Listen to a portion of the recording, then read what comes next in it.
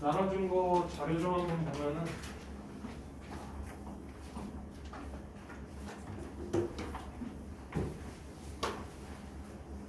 잘 온다. 어떻게 아침에 나는 이 수업하다 보면 너네가 슬슬 빠져나갈 줄 알았는데 왜 이렇게 오냐? 대단하네. 선생님도 너네 이 외대 수업을 할 때마다 느끼는 건데 학생들이 선생님을 포기하는 건지 선생님이 수업을 포기하는 건지 모르겠어. 준비할 내용이 되게 많아.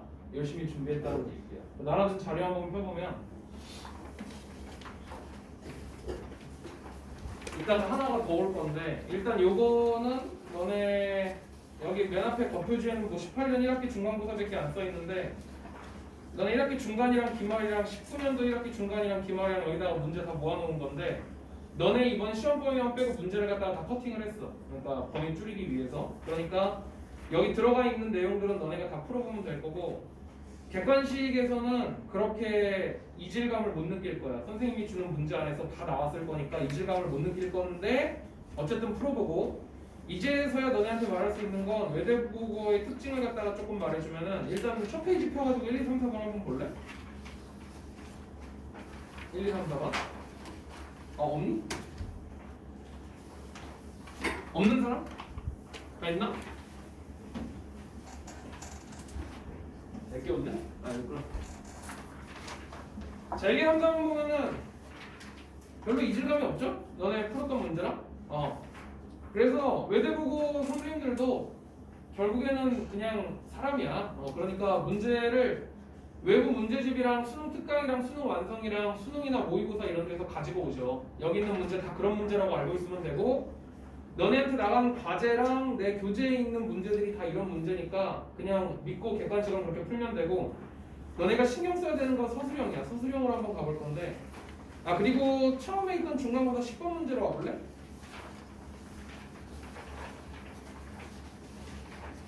10번 문제.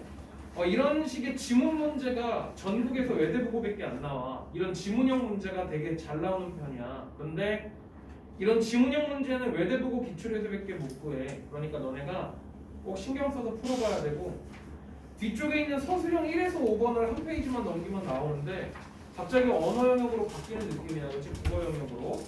이렇게 서술형 1번에서부터 5번까지를 갖다가 이 문장을 읽고 풀어내라라는 문제가 해마다 등장하고 중간 기준할 때 계속해서 등장을 하고 있으니까 너네가 이런 문제가 나올 거라는 대비를 갖다가 해야 되고 너네 선배들이 했던 얘기에 의하면은 객관식은 좀 빨리빨리 풀고 여기 있는 지문형 문제들은 남겨놨다가 나중에 푼대. 애들은 다 그런 식으로 푼다고 하더라고. 그래서 단답형이나 기억 니은 디귿 같은 거 너네가 빨리빨리 쳐내가지고 풀어내. 그지? 그래가지고 검토까지 이제 다 끝낸 다음에 지문형 문제는 너네가 국어 영역 풀듯이 이제 풀면 될 건데 이 국어 영역의 특징은 뭐냐면은 그 지문을 읽고 답을 찾을 수 있는 거잖아.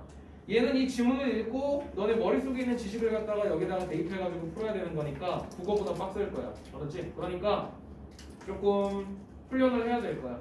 그리고 선생님이 너네 준비하라고 작년에도 그렇고 재작년에도 그렇고 재작년에는 어차피 경향을 몰랐었으니까 그때는 문제를 못 만들었는데 작년에 만들어준 이런 지문형 문제가 있어. 그거 내가 다음 주에 연습할 수 있게 좀 가지고 올 거니까 우리 수업 2번 더 늘렸어. 그치? 선생님이 5번 안에 너네 이거 다 해주는 거 자체가 되게 힘들긴 했었는데 오늘 그래가지고 오늘 안에 너네한테 다 나눠줄 자료를 갖다가 오늘이랑 다음 주랑 다다음 주랑 해가지고 좀 분산시켜가지고 내가 좀 디테일하게 설명도 해주고 그럴 거야. 그래서 다음 주에는 기출문제 여기 뒤쪽에 보면 답이 없거든.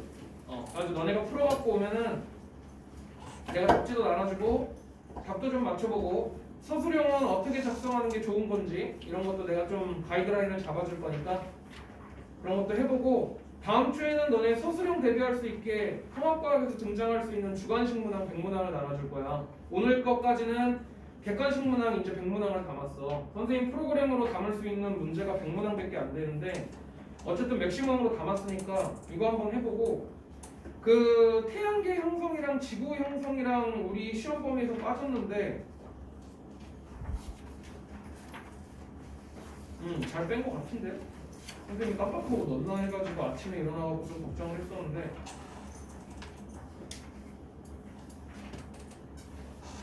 네, 넣네요. 실수했네.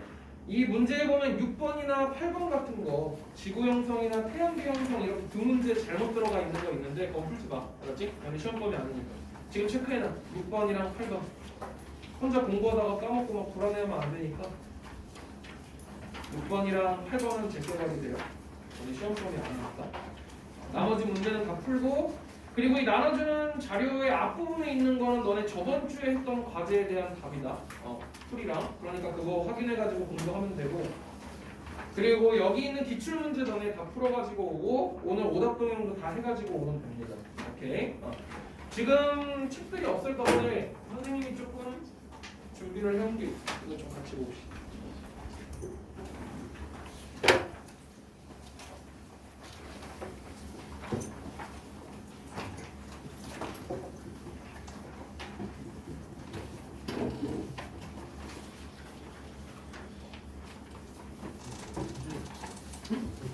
어떤 선생님? 있다, 여기 있다. 외대보고 시험 자체가? 아, 이번에 서술형 없대?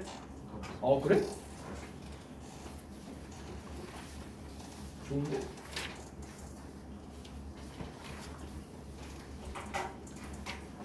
못 받은 사람 다 받았지. 모든 반에서 다 말해준 거니? 서술형 없는 거? 몰라? 안 말했어? 거기서 말했어? 확실히 말했어? 한 번 말했어? 갑자기 자신감이 없어지지 않아? 말했니? 서술형 없다고? 말했어? 오케이, 2명이네. 그러면 뭐 가능성이 크겠네. 근데 이거 보면은 존나 난해하긴 해. 너네한테 저번에 내가 말해줬었잖아. 통합과학 이 지문을 읽고 통합과학 교과의 필요성에 대해서 서술을 하라고 하는데 어떻게 채점해 이걸, 그치?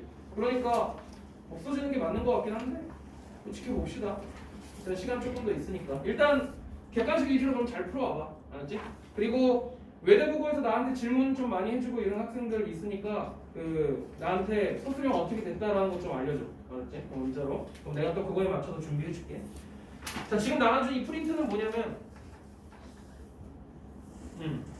자, 이 프린트는 뭐냐면 교과서에는 없는 내용이야.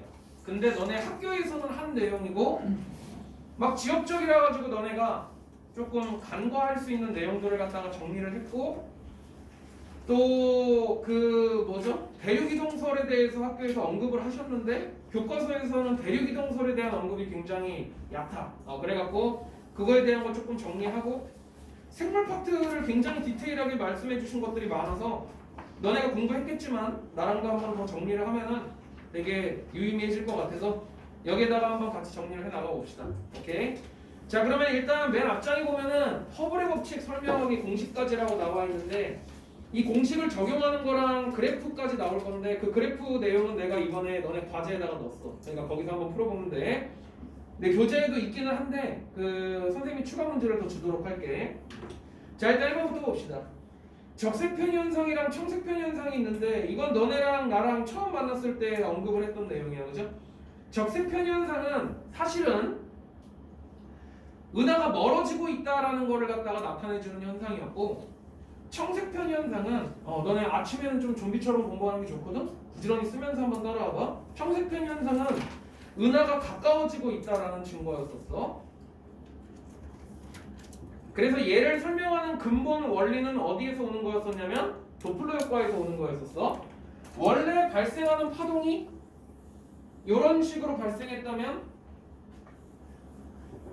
은하가 방출하는 그 빛의 파동이 이런 식으로 발생했다면 얘가 나한테 다가오고 있다 그러면 원래보다 조금 찌그러져 보일 거고, 얘가 나한테서부터 멀어진다 그러면 원래보다 이렇게 늘어나게 보일 건데, 소리 같은 경우에는 이렇게 되면 어떻게 돼? 평소보다 고음으로 들리고, 소리 같으면은 평소보다 저음으로 들리게 되는데, 빛 같은 경우에는 평소보다 푸르스름하게 보이고, 빛 같은 경우에는 평소보다 붉으스름하게 보이니까 레드 시프트라 그러고 얘는 블루 시프트라고 했었어. 그래서 얘보로 적색편이라고 얘기를 해주고, 은하로부터 적색편 현상이 나타난다라는 거는 이 우주가 팽창하고 있다라는 걸 의미하지는 않아. 그치? 의미하지는 않아. 더 설명해볼게.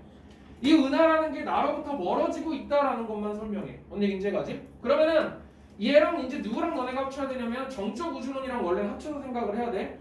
이 우주라는 공간 자체가 한정적인 공간, 여기 있는 벽처럼 이렇게 한정적인 공간이라 그러고, 이 은하 자체가 나한테서부터 멀어지고 있는데 우주가 고정돼 있다 그러면 이 은하가 나한테서 멀어지는 게 아니라 내가 이렇게 멀어지고 있는 것일 것이다. 그렇지? 우주가 고정되어 있으니까. 그러면은 이쪽에서 적색편 현상이 나타나면 반대쪽을 보면은 청색편 현상이 나타날 수도 있겠다라는 게 아이디어였었어. 근데 알고 보니까 모든 은하로부터 관찰되는 편 현상이 거의 다 레드시프트 현상이 나타났기 때문에 은하들은 서로가 서로에게서 다 같이 멀어지고 있다라고 밖에 설명할 수 없다라고 해갖고 이 모델이 우주가 팽창하는 모델이다라고 연결이 되게 된 거야. 그러면은 이 우주에서는 청색편 현상이 일어나지 않는가? 일어나. 일부의 은하에서는 일어나. 그래서 밑에다가 써주세요. 아주 소수의 은하에서 일어나. 예를 들자면 안드로메다 같은 거. 그 명칭까지는 언급을 안 하셨더라고. 몰라도 됩니다, 걔는. 근데 싹 다 청색편이는 아니, 그 적색편이는 아니다라는 것만 알고 있으면 돼.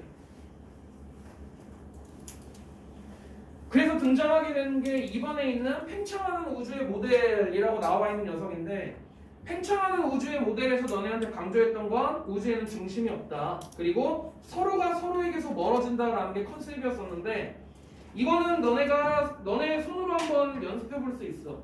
은하가 10개가 있고 그 은하들이 한 점에 이렇게 모여 있었는데 얘네가 이렇게 팽창하고 있다라고 생각을 해보면 바로 옆에 이웃에 있는 은하는 그렇게 빨리 멀어지지 않지만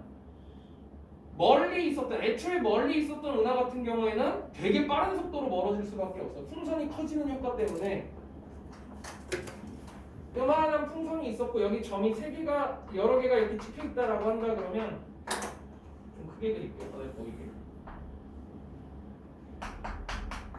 그리고 얘가 이렇게 부풀어 오른다라고 한번 생각을 해보면 이웃에 있는 점끼리는 풍선이 부풀어 올라도 그렇게 많이 멀어지지 않지만 멀리 있는 점이랑은 엄청 빠르게 멀어진단 말이야. 그렇지? 그러니까 세 번째 결론이 나올 수가 있는 거야.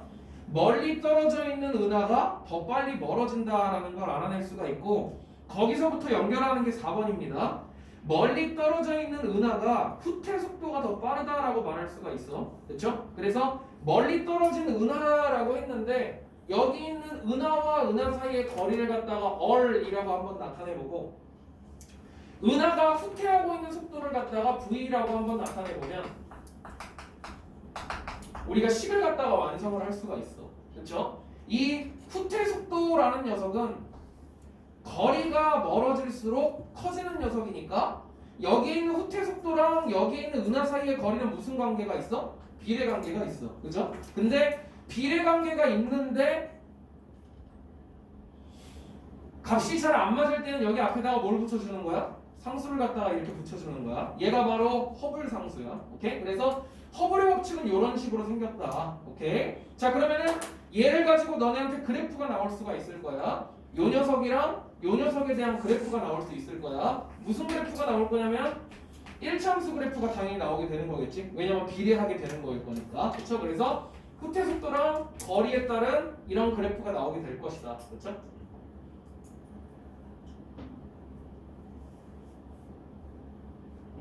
그래서 옆에다가 이 그래프를 한번 그려보고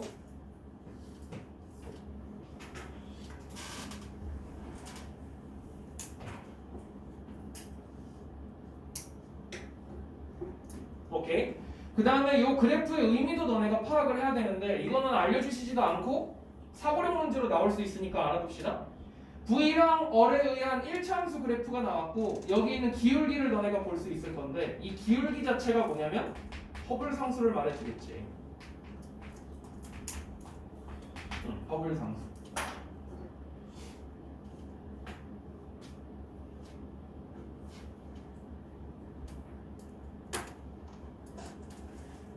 오케이. 그리고 이거를 너네가 잘 봐야 되는데 이 허블 상수의 역수가 우주의 나이야. 그거는 원래 되게 잘 물어보는 내용이기는 한데 학교에서 혹시 언급하셨니? 우주의 나이에 대해서 언급 안 하셨니? 그러면은 제껴도 되기는 하는데 일단 너네가 이 공식 보면서 느끼는 게 있어야 돼. 봐봐. 얘가 뭐야? 속도. 얘가 뭐야? 거리지. 그러면은 속도분의 거리로 공식을 만들면 뭐가 나오니? 시간이라는 게 나오지. 우주가 팽창한 시간을 나타내주는 게 허블 상수의 역수야. 예식 정리해보면은 이렇게 나오게 될 거야. 그치? 이거 자체가 말해주는 게 뭘까? 우주가 팽창한 시간을 갖다가 얘기를 해줄 거니까 결국 우주의 나이가 나오게 될 거야. 그치? 그러니까 사고력 문제로 선생님은 충분히 등장할 수 있다고 생각을 하니까 여기 위에다가 써봅시다. h분의 1은 우주의 나이야.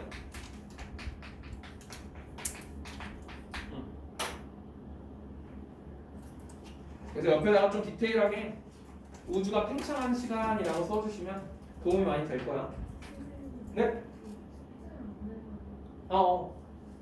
그래, 뒤로 내고. 또 안 낸 사람 있니? 내고.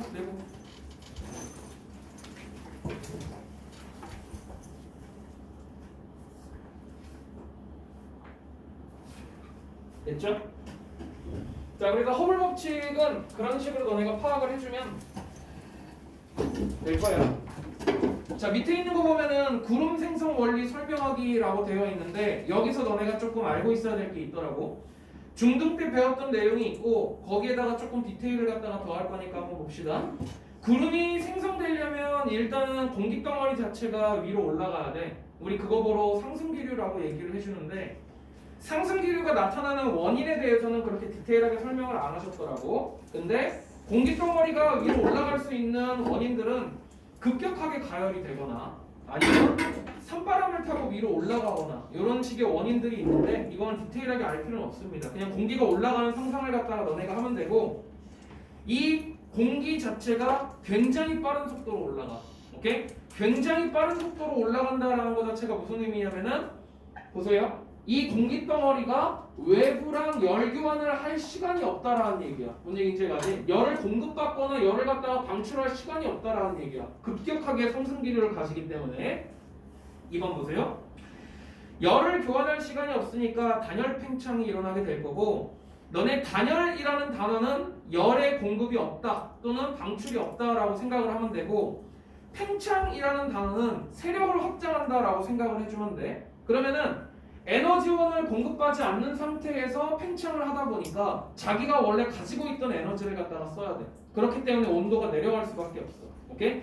자기가 가지고 있던 에너지를 소모하니까 온도가 내려가 버리는 거야. 그래서 온도가 내려가게 되면 밑에 있는 3번에 보면 여기 부분을 좀 강조를 하셨던데 두 번째 줄을 읽다 보면은 첫 번째 줄 공기 덩어리 내부의 수증기가 온도가 내려가다가 이슬점이라는 온도 이하로 내려가게 되면은 이 수증기 자체가 포화 상태에 이르게 돼 꽉 차게 된다라는 얘기지. 그럼 걔네들끼리 뭉쳐가지고 응결이 돼버린다라는 얘기지. 그래서 응결이 돼서 구름이 만들어지는 건데 이 응결 현상이랑 액화 현상에 대해서 이제 비교를 해놓으셨었는데 이건 내가 정리를 해주면 액화 자체가 밑에다가 써볼까?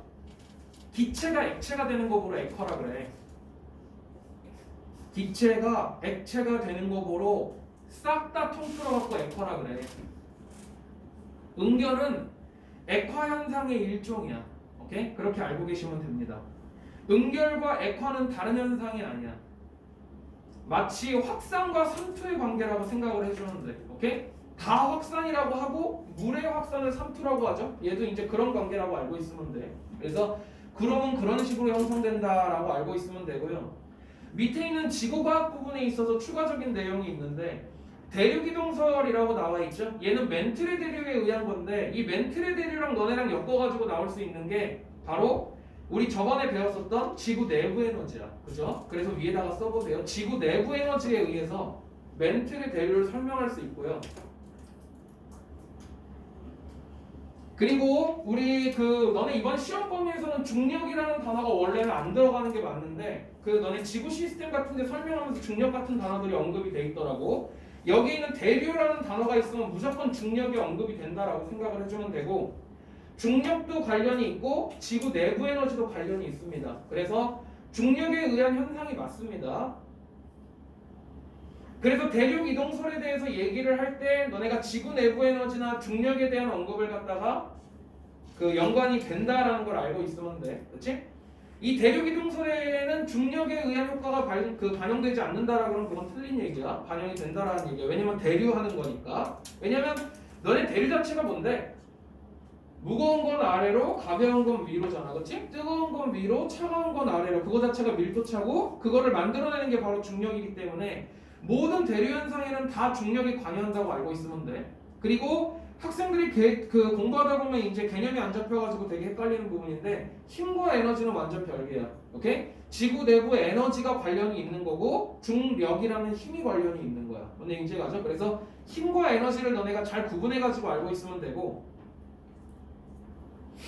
그리고 그 옆에 보면은 판게아라는 녀석이 나와 있는데 이 판게아는 최초의 초대륙이라고 너네가 알고 있을 거야. 그렇지? 한 덩어리였었다라는 게 나와 있고 이 한 덩어리 전에는 원래 갈라져 있었어. 이거는 원래 언급하시지는 않았는데 위에다가 써봅시다. 원래 갈라져 있었다가 고생대 중간에 뭉친 거야. 원래 다른 대륙이었다가 서로 뭉쳤어 판게아로. 그 다음에 다시 갈라진 겨. 자 그럼 이렇게 판게아가 형성이 됐었다라는 증거가 밑에 보면 4가지를 정리해놨는데 너네가 뭐 프린트에 나와 있고 필기한 내용이라 가지고 나도 그냥 간단히 나타내봤어. 뭐 해안선이 연결되고 뭐 화석이 동일한 종이 발견이 되고 또 빙하흔적 연결하면 뭐 남극대륙에 딱 들어맞고 파들처럼 그리고 유럽의 산맥 같은 것들이 이제 연결이 된다라는 거 지질구조 연속성 이거에 대해서 말씀하셨으니까 선생님한테 공부하라 그러면은 이 대륙이동설의 증거 4가지를 갖다가 달달달 외울 것 같아. 왜냐면 나머지 하나 이상한 거를 갖다가 줄 것 같으니까 얘는 달달달 외우세요. 오케이? 자 그리고 3번에 보면은 판의 종류가 너네 지도로 나와 있는데 원래 이런 거는 그냥 지도만 보여주고 너네한테 외우라 그러거든. 진짜 잔인하게 내는 학교 같은 경우에는 이렇게 나와 있고 이 판 이름 뭐야? 뭐 여기다가 빵꾸 뚫어놓고 막 그런단 말이야. 그래갖고 선생님이 보통 일반고에서 이거 할 때 판의 종류를 선생님이 내지 않겠다, 이 명칭을 내지 않겠다라고 하면 내가 외우지 말라 그러는데 그런 언급이 없으면 외우라 그러거든? 혹시 학교에서 언급을 해주셨니? 네? 안 됐네? 아 오케이 그럼 외우지 마세요. 좋다 정보가 있으니까 3번은 안 외워도 된대. 자 그리고 4번에 보시면 화산대랑 지진대가 띠 모양의 판의 경계와 거의 일치한다라고 나와 있는데 이건 너네 불의 고리라 그래가지고 들어본 적 있을 거야. 그렇죠? 불의 고리 위에다가 써보시고 그리고 요거는 조금 지구과학적으로 상식적인 거니까 여기 옆에다가 한번 써보면 지진은 화산은 반드시 지진을 동반하는데 지진은 화산 동반 안 할 수도 있어.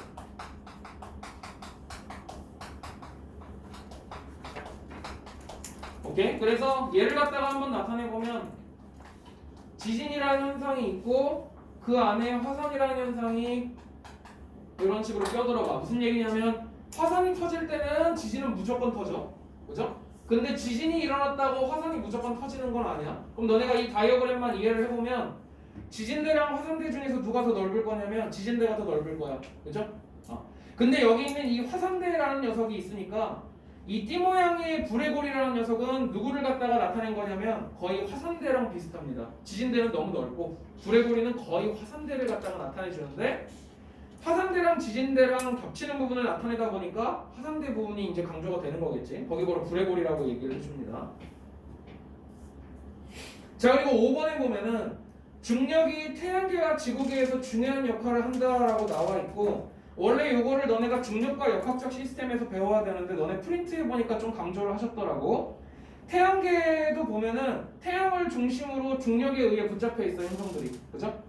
그리고 지구계에서도 중력에 의해서 여러 가지 대류나 순환이 나타나기도 하고 지구의 중력에 의해서 달이 붙잡혀 있기도 하고 그렇죠? 그래서 태양계와 지구계에서 중력이 모두 중요한 역할을 한다. 이런 거 보러 뭐라 그러냐면 역학적 시스템이라고 불러주는 거지. 역학적 시스템. 밑에다가 역학적 시스템.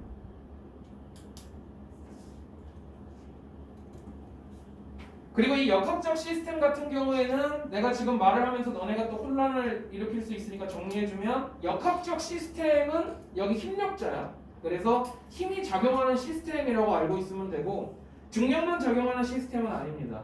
탄성력, 뭐 마찰력, 전자기력 이런 다양한 힘들이 작용하는 시스템을 역학적 시스템이라고 합니다. 그것도 문제로 좀 잘 내는 편이니까 잘 알고 계세요.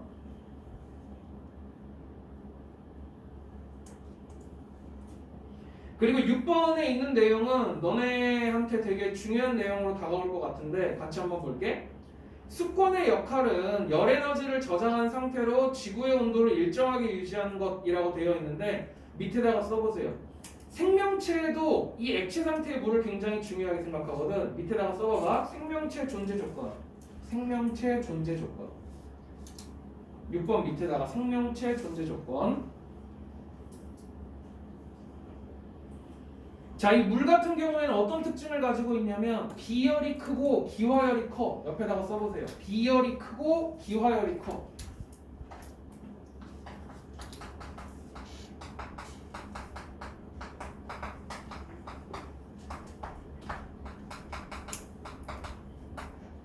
오케이? 이거를 너네가 되게 잘 알고 있어야 되는데 추워 뒤지겠다. 점프자 그래.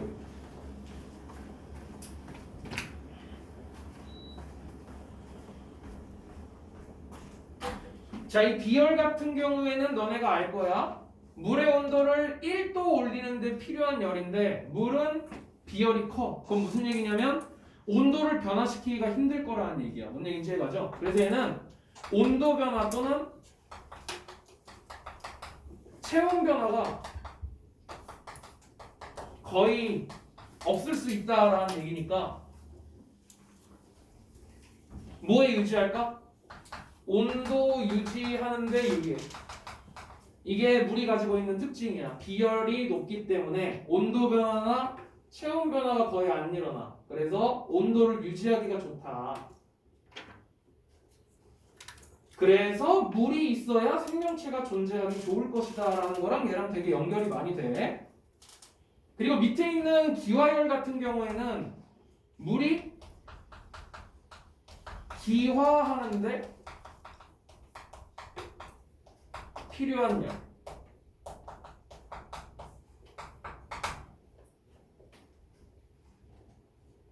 그럼 물이 기화하는데 필요한 열이라고 나와 있으니까 우리 몸에서 따지면 뭐라고 생각하면 되냐면 땀이라고 생각하면 되고, 우리 지구로 따지면은 바닷물이 증발하는 현상을 너네가 생각을 해주면 돼. 땀이 증발하거나 바닷물이 증발하는 현상은 그 물이 가지고 있던 열을 갖다가 가지고 도망을 가거나 우리 몸이 가지고 있던 열을 가지고 도망을 가는 걸 말을 해주는데, 물이 증발하게 될 때는 그 열을 갖다가 많이 가져간다라는 얘기니까 온도를 조절하기가 좋다라는 점이야. 오늘 이제 가죠. 온도를 유지하기 좋은 건 비열에 관련된 거고 온도를 조절하기 좋은 건 기화열에 관련된 거고. 오케이? 그래서 온도 조절에 유리하다.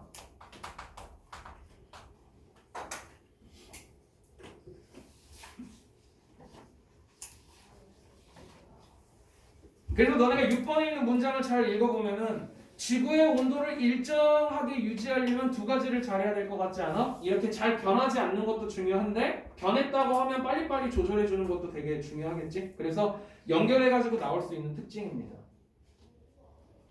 그리고 생명체에도 물이 이제 존재하면 되게 좋다라고 얘기를 했었는데 그건 생명체 특징이니까 밑에다가 좀 따로 써보면은 좋은 용매죠. 물질 운반 수단.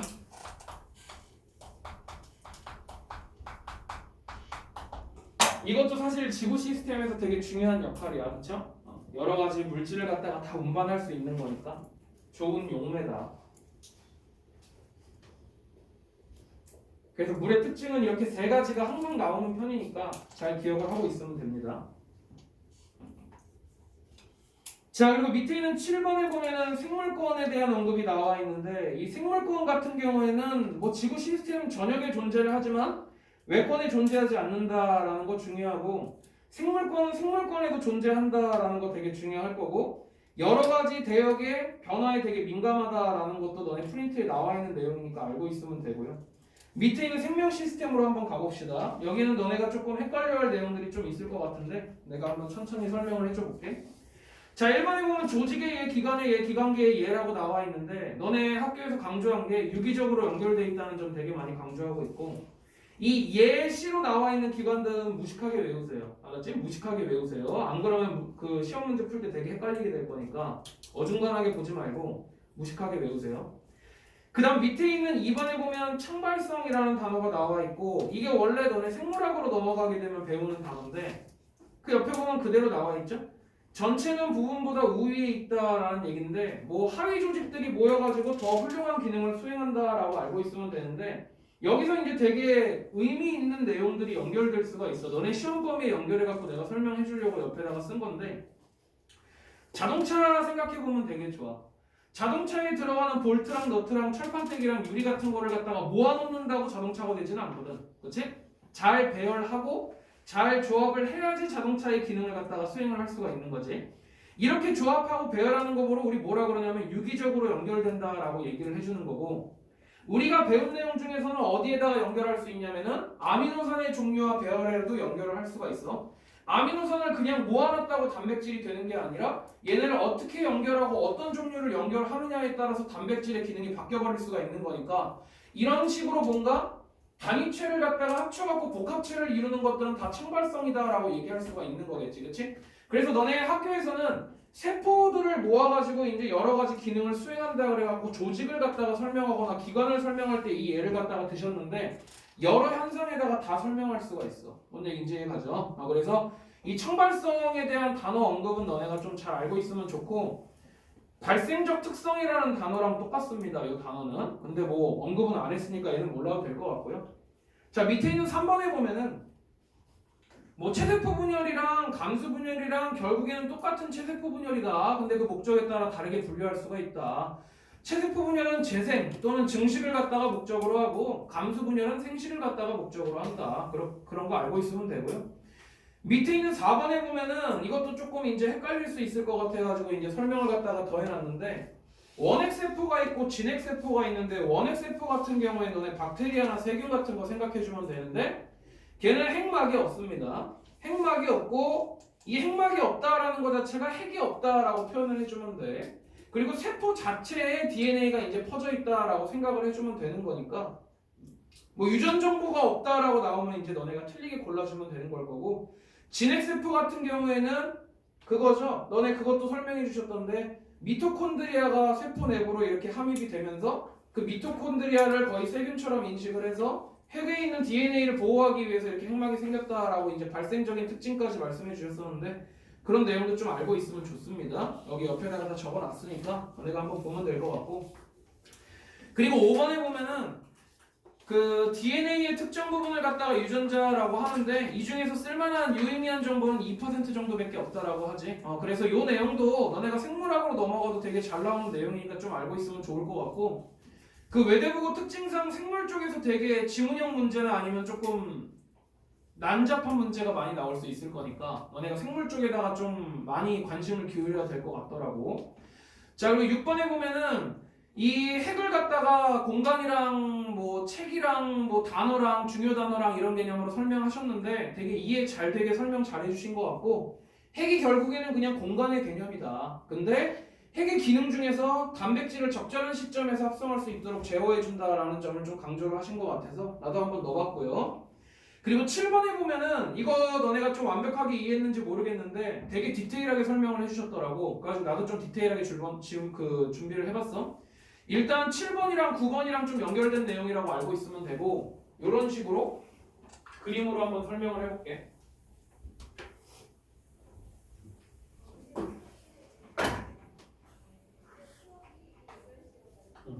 세포 있고 이렇게 핵이 있으면 소포체가 여기에 연결되어 있고 거기에 또 연결된 소포체가 이렇게 있는데, 이렇게 핵막이랑 다이렉트로 연결되어 있는 소포체로 거친면 소포체라 그래. 이 거친면 소포체에 리보솜이 붙어 있다라고 알고 있으면 돼. 근데 내가 밑에 있는 내용 보다 보면 정리를 해놨는데, 모든 리보솜이 이렇게 소포체에 붙어 있지는 않아. 그냥 자유롭게 유형하는 리보솜들도 있어. 오케이? 그래서 리보솜들이 여기에 존재를 한다. 그럼 리보솜들이 여기서 단백질을 찍어내면은 이 소포체에 보면은 이름이 소포체인 이유가 있어. 단백질을 실제로 소포 싸듯이 쌓는 건데, 여기를 갖다가 조금 확대해가지고 보면은 이런 식으로 생각을 좀 해주면 될 것 같아. 소포체 자체를 갖다가 약간 이런 비누막처럼 생각해주면 될 것 같고, 리보솜에서 이렇게 단백질을 만들어내서 소포체 쪽으로 이렇게 통과를 하다 보면은, 여기 부분을 이렇게 부드럽게 통과를 하다 보면은 단계별로 그려보면 이렇게, 이 다음에 이렇게 이런 식으로 이제 싹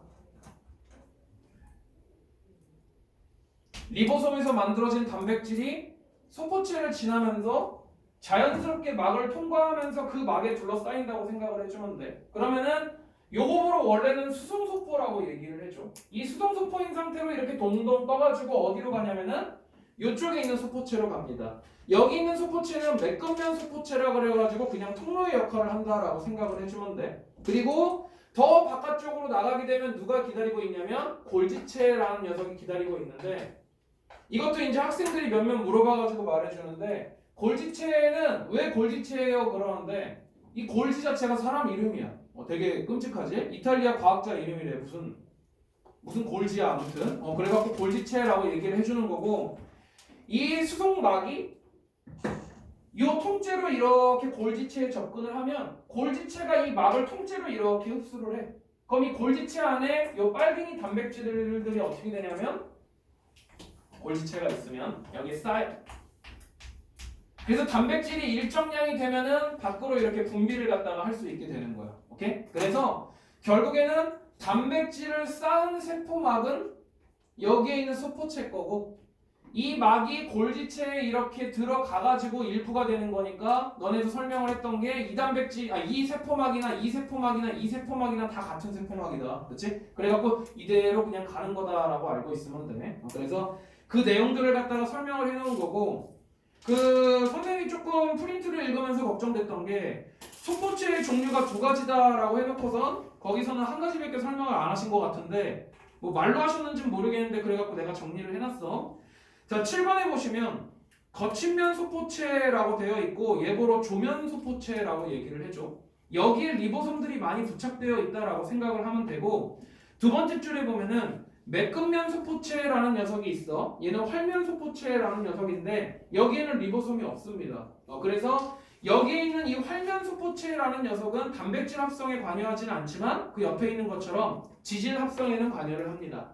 그래서 밑에 있는 8번에 보면은 막 구조에 대해서 너네 거 이제 쉽게 정리를 해놓은 건데, 그냥 앞에 있는 두 문장만 너네가 기억하면 돼. 리보솜은 막이었고 미옆핵은 이중막이 있다. 그리고 나머지는 싹 다 단일막이라고 생각을 해주면 돼. 그래서 단일막까지 무식하게 외우는 것보다는 리보솜은 막이 없다, 미옆핵은 이중막이다, 이것만 외우고 나머지는 싹 다 단일막이다 이렇게 외우세요. 그럼 좀 편합니다. 그리고 밑에 있는 9번은 방금 전에 내가 했던 얘기를 갖다가 그림으로 글로 나타낸 거니까 알고 있으면 되고요. 밑에 있는 10번 보면은 미토콘드리아에서 발생하는 열 에너지가 더 많다. 화학 에너지 40%고 열 에너지가 60% 정도가 발생하게 되는 거니까 결국에는 미토콘드리아에서는 뭐 화학 에너지를 열 에너지로 바꾼다라고 얘기를 해도 우리가 할 말은 없다라는 얘기지. 그렇지? 그래서 열 에너지로 바꾸는 것도 맞고 화학 에너지로 바꾸는 것도 맞다. 그리고 밑에 있는 11번도 강조를 많이 하셨던데 이거는 뭐 중학교 때부터 알고 있는 내용인 것 같아. 호흡은 외호흡이 있고 내호흡이 있죠. 단순한 가스 교환을 말해주는 외호흡이고, 그 옆에 있는 내호흡을 말해주는 건 미토콘드리아에서 일어나는 건데, 여기는 외호흡에 대해서 우리 통합과학에 안 나오는 게 아니야. 나와 있어. 그렇죠? 어디에 나와 있냐면은 확산 부분에 나와 있어. 그렇죠? 그래서 이 외호흡이 일어나는 원리 자체를 확산으로 설명할 수 있다라는 것 좀 옆에다가 적어놓고, 외호흡은 확산의 원리로 설명하죠. 그리고 옆에 있는 내호흡 같은 경우에는 얘도 물질대사에서 미토콘드리아에서 나왔었는데, 외호흡은 화학작용이 아니고 내호흡은 화학작용이다 라는 점 되게 중요했었고요. 그리고 밑에 있는 12번이랑 뒤쪽에 있는 14번은 너네가 좀 연결해가지고 알고 있으면 되게 좋을 것 같아. 광합성을 많이 하는 세포 또는 그 활동량이 많은 세포 같은 경우에는 엽록체랑 미토콘드리아 수가 달라질 수가 있다라는 점 강조를 많이 하고 있으니까, 우리 몸 같은 경우에도 간이나 근육 이런 데 미토콘드리아가 훨씬 많다라고 얘기를 하셨지. 그래서 그런 것도 알고 있으면 되고요. 13번에 보면은 세포막이랑 세포벽에 대해서 이제 차이점을 갖다가 설명을 해주셨어. 그치? 그래서 세포막은 선택적으로 투과를 시키는 반투과성을 가지고 있고, 세포벽은 전투과성을 가지고 있고 그 성분에서도 차이가 난다라는 점 설명해 주셨고, 15번에 있는 것도 너네가 놓칠까봐 여기다가 써놨는데 적혈구, 백혈구, 혈소판 얘네도 세포니까 뭐 조심하세요 이런 내용이 써있더라고.